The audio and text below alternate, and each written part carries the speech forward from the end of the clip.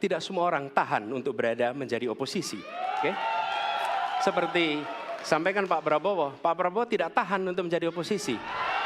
Apa yang terjadi?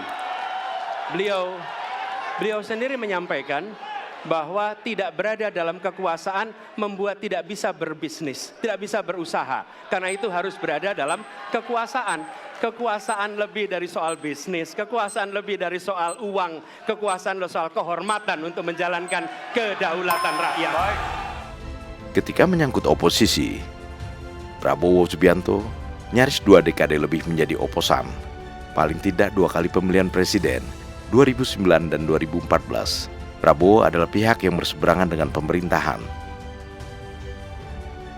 Pilihan Prabowo untuk kemudian bergabung dengan Jokowi justru timbul dari kesadaran bahwa persatuan pemimpin diperlukan untuk melanjutkan pembangunan.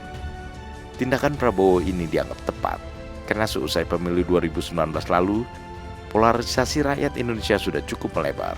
Juga karena imbas persaingan sengit pemilihan gubernur DKI yang saat itu memenangkan Anies Baswedan. Dan sebagaimana diungkap Prabowo saat membantah Anies Baswedan soal partai politik dan demokrasi dalam sesi debat calon presiden, demokrasi Indonesia tetap terjaga karena dari proses demokrasi itu, Anies justru menjadi gubernur DKI. Itu sebabnya Prabowo menilai keluhan Anies soal oposisi agak berlebihan.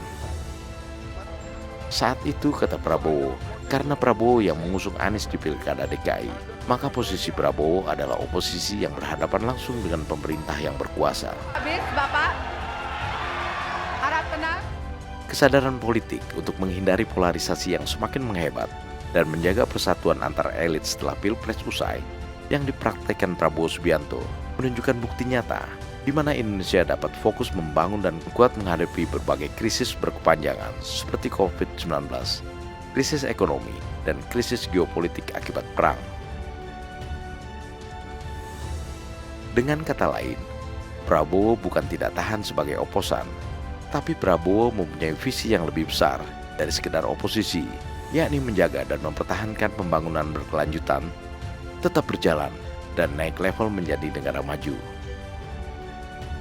Jika untuk melihat Indonesia maju, Prabowo harus bersatu dengan lawan politiknya, maka itulah pengorbanan yang diambil Prabowo Subianto. Prabowo Gibran, Man of Our Time.